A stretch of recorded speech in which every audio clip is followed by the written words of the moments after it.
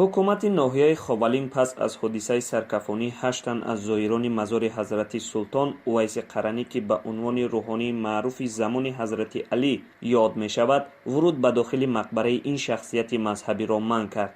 ҳодиса моҳи августи соли 2016 рух дод ва мавриди таваҷҷӯҳи сохторҳои ҳифзи ҳуқуқ қарор гирифт. мақомот бо таъкид ба ин ки рафтори зоирон хилоф ба амалҳои пайравони мазҳаби ҳанафӣ будааст, бо ин зоирон суҳбат анҷом доданд.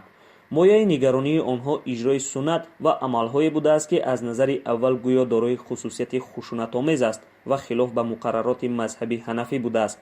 коршиносон мегӯянд агар воқеан ҳам ин гурӯҳ бо тарзе ки мақомот мегӯяд маросим адо карданд, пас эҳтимол шиаиён ҳастанд ки барои адои маросими аъзо омада буданд. дар тоҷикистон фаъолиятҳои мазҳабӣ таҳти назорат гирифта шуда, иҷрои суннатҳои ғайр аз мазҳаби сунъӣ дар чашми ҷомеа маъмулан санҷида мешавад. мақомот борҳо бо таъкид ба пайрави мазҳаби ҳанафии сунъӣ будани мардуми тоҷикистон ва бо ёдоварӣ аз ҷанги 5-солаи шаҳрвандӣ гуфтанд ки вуҷуди гурӯҳҳои мухталифи мазҳабӣ метавонад боиси эҷоди тафриқаву низоъ дар ҷомеа шавад. ба ин далел дар тоҷикистон чандин созмони мазҳабии хусусияти сиёсӣ дошта назири Салафия, Ҳизбу Таҳрир ва дигарҳо манъ шудаанд. вале созмонҳои дифоъ аз ҳуқуқи инсон тоҷикистонро барои маҳдуд кардани ҳуқуқи пайравони адёни ғайр интиқод мекунанд. ба нақли мақомоти Ховалин, ҳодисаи мазкур дар як рӯзи моҳи августи соли гузашта рух дод. 8 тан аз меҳмононе ки гуфта мешавад сокинони ноҳияи Ҳисор буданд. зимни зиёрати мазори ҳазрати Султон Увайси Қаранӣ дохили марқад шуда ва болои гури ин шахсият амалҳои саркафонӣ ва хуншор кардани худро анҷом доданд.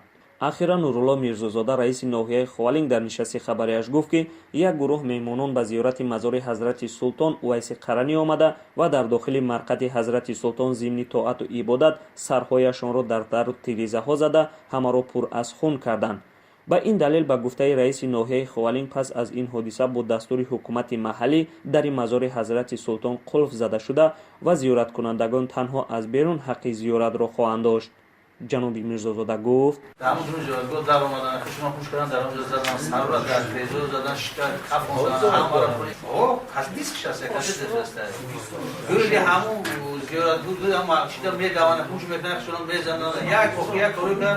як корои шид ки барои ҳамо бач ҳасан ҳукумат қарор бубарад ки ма агар ҳам қабул кина ҳам шудан агар раиси ноҳияи Ховалин гуфт ки нисбати ин ҳодиса ниҳодҳои интизомӣ кор бурда ва афроди ширкаткунандаро мавриди бозҷӯӣ қарор доданд.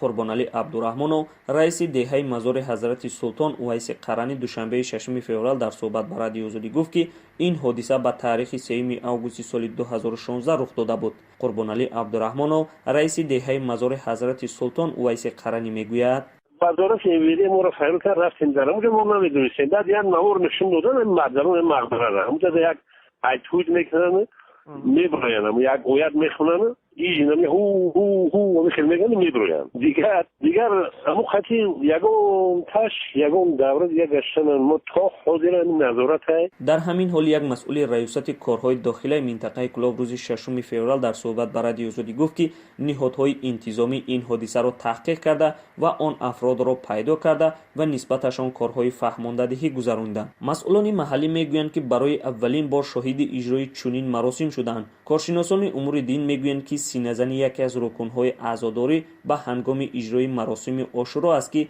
همچون روز یادبود مرگ حسین معروف است. این مراسم هم‌ساله در جامعه شیعیان کشورهای اسلامی دیگر نظیر ایران اجرا می‌شود.